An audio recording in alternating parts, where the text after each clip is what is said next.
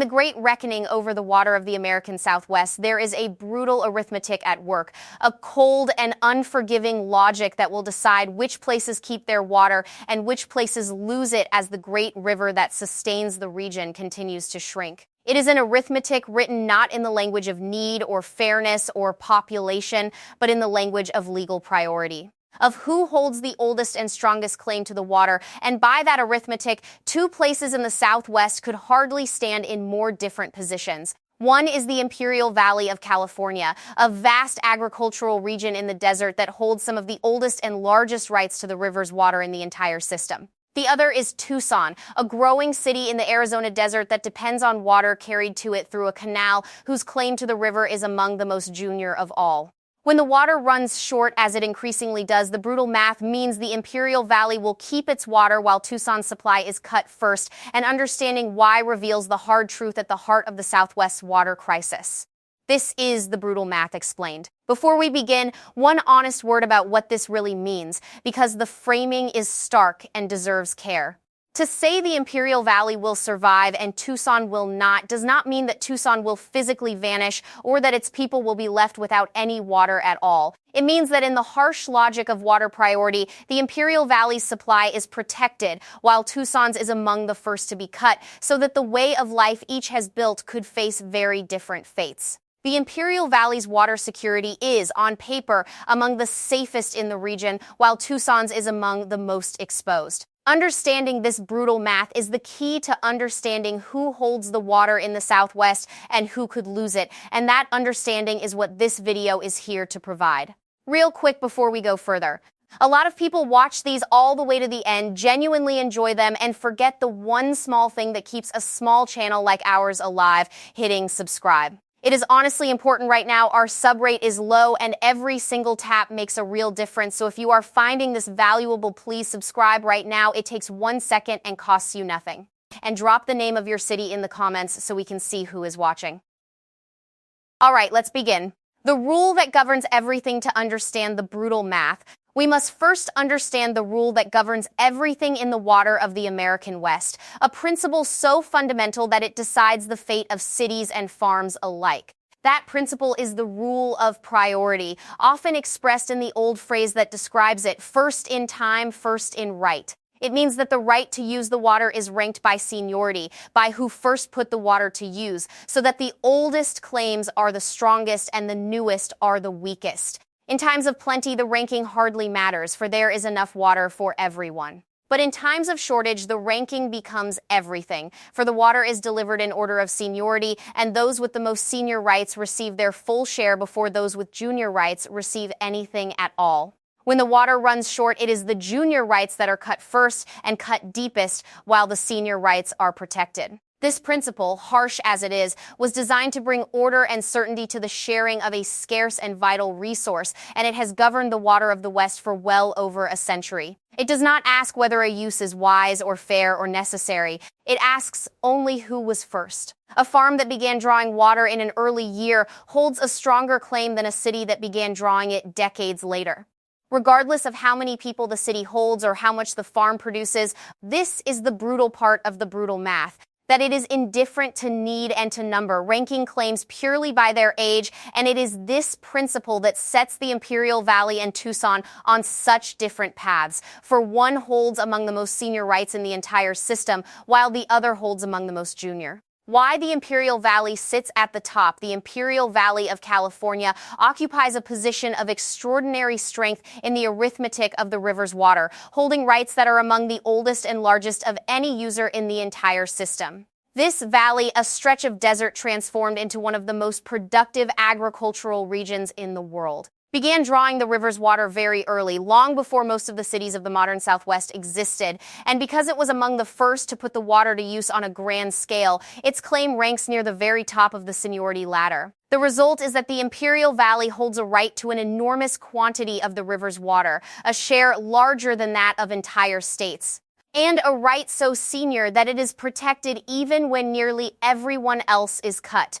It is worth pausing to appreciate just how large and how old the Imperial Valley's claim really is, because the scale of it is what makes its position so unshakable. This single valley, through the district that manages its water, holds a right to a share of the river so vast that it exceeds the entire allocation of some of the states that share the river, an amount of water that would be more than enough to supply the household needs of many millions of people, yet is devoted almost entirely to agriculture. The right was established in the earliest days of the river's large-scale use, when pioneers first cut canals to bring the water into the desert basin and turned a barren waste into fertile fields. And because that use came so early and grew so large, it anchored a claim that time has only strengthened. In the language of priority, seniority is a kind of fortress. And the Imperial Valley's fortress is among the mightiest ever built on the river, its walls raised by the simple fact of having been first and having used the water on an enormous scale ever since. This is why the Imperial Valley will survive the shrinking of the river, at least in terms of its legal claim to the water. By the brutal math of priority, its senior rights mean that it is among the last to face cuts, that its water is delivered before that of the junior users, and that even in a severe shortage, its supply is largely protected. This does not mean the valley faces no pressure at all, for it is under growing scrutiny for the vast quantity of water it uses. And it has entered into agreements to conserve some of its water and share it with the thirsty cities in exchange for compensation. But these are choices the valley makes from a position of strength, negotiating the terms on which it will part with some of its water, rather than having its water taken from it by the harsh operation of the priority system. The Imperial Valley sits at the top of the arithmetic, its water among the most secure in the region, and that security is the foundation of its survival in the reckoning to come. Quick question I would genuinely love your take on, and it takes 10 seconds. Does it surprise you that a farming valley holds more secure water rights than entire cities just because it got there first? Drop a yes or a no in the comments, because your answers help me understand how people feel about this system, and I read every single reply. Okay, back to it. Why Tucson sits at the bottom. Tucson, by contrast, occupies one of the most precarious positions in the entire arithmetic of the river, for the water carried to it from the Colorado arrives through a system whose claim ranks among the most junior of all. Tucson is a growing city in the Arizona desert, and a significant part of its water is delivered through a great canal that carries the river's water hundreds of miles across the state, a remarkable feat of engineering that made possible the growth of Arizona's desert cities. But this canal, built relatively recently in the long history of the river's use, holds a very junior priority. And in the arrangement by which Arizona secured the funding to build it, the state accepted that this water would be among the first cut in times of shortage, a bargain made in an era of confidence that few imagined would weigh so heavily. The result is that Tucson's Colorado River water delivered through this junior canal is among the most exposed in the entire system, first in line to be reduced when the river falls short and the reservoirs decline. By the brutal math of priority, when the cuts come, they fall on this junior water before they touch the senior rights of places like the Imperial Valley. This is why Tucson sits at the bottom of the arithmetic, its river water vulnerable in a way that the Imperial Valley's is not. And why? In the stark language of the brutal math, Tucson's supply is the kind that does not survive the reckoning intact.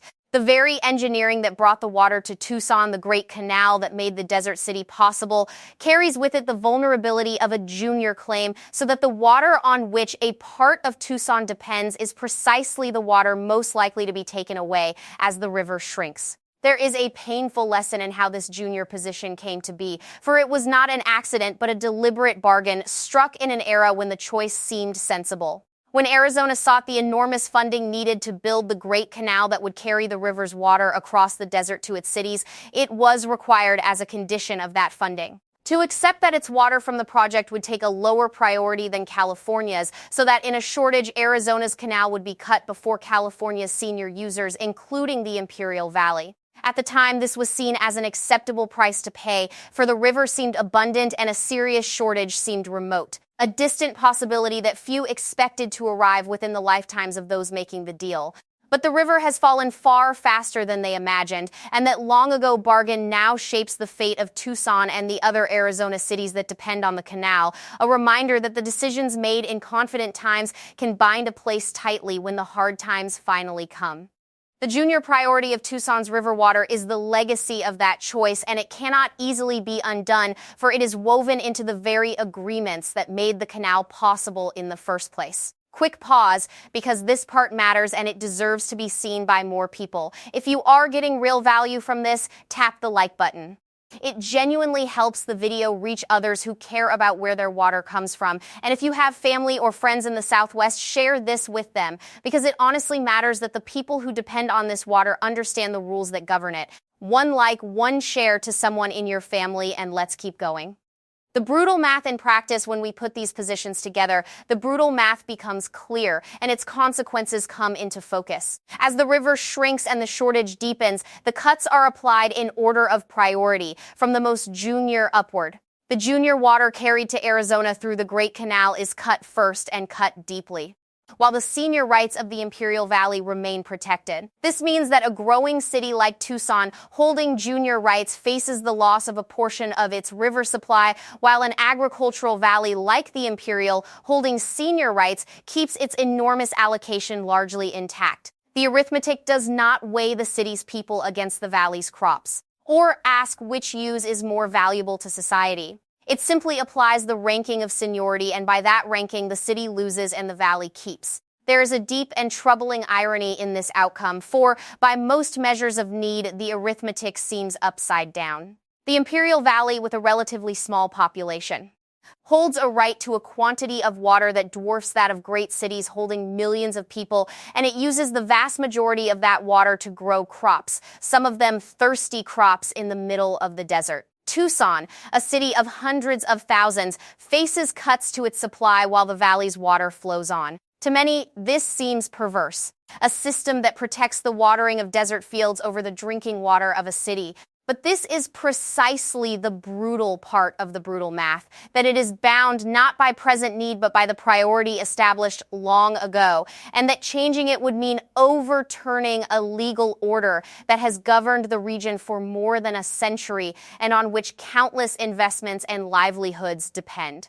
The arithmetic is harsh, and its results can seem unjust, but it is the framework within which the entire Southwest must now confront the shrinking of its water. All right, I know this is the second time I am bringing this up. You can roll your eyes at me. But honestly, if you have made it this deep into a video about the Southwest's water, you clearly care about this stuff. And a lot of you watching still have not subscribed. I am not going to make you feel bad about it, but that one tap genuinely tips the scales for a small channel fighting a low sub rate. It really does matter to us. That is the last time I will ask. Promise, let's finish. What Tucson can still do, yet the brutal math, harsh as it is, does not tell the whole story, for Tucson is far from helpless. And the phrase that it will not survive must be understood in its narrow and legal sense rather than as a prophecy of doom. Tucson has in fact been remarkably foresighted about its water, and it has taken steps that soften the blow of its junior position and give it a resilience that the brutal math alone would not suggest. For many years, Tucson has taken a large share of the Colorado River water delivered through the canal, and rather than using it directly, has stored it underground, recharging the aquifer beneath the city, banking the water against the day when its deliveries are cut. This means that Tucson has built up a substantial reserve of stored water, a cushion that can carry it through periods when its river supply is reduced, blunting the immediate impact of the cuts. Tucson has also been a leader in conservation, reducing the amount of water its residents use, and it draws as well on the groundwater beneath it and on the recycling of its water.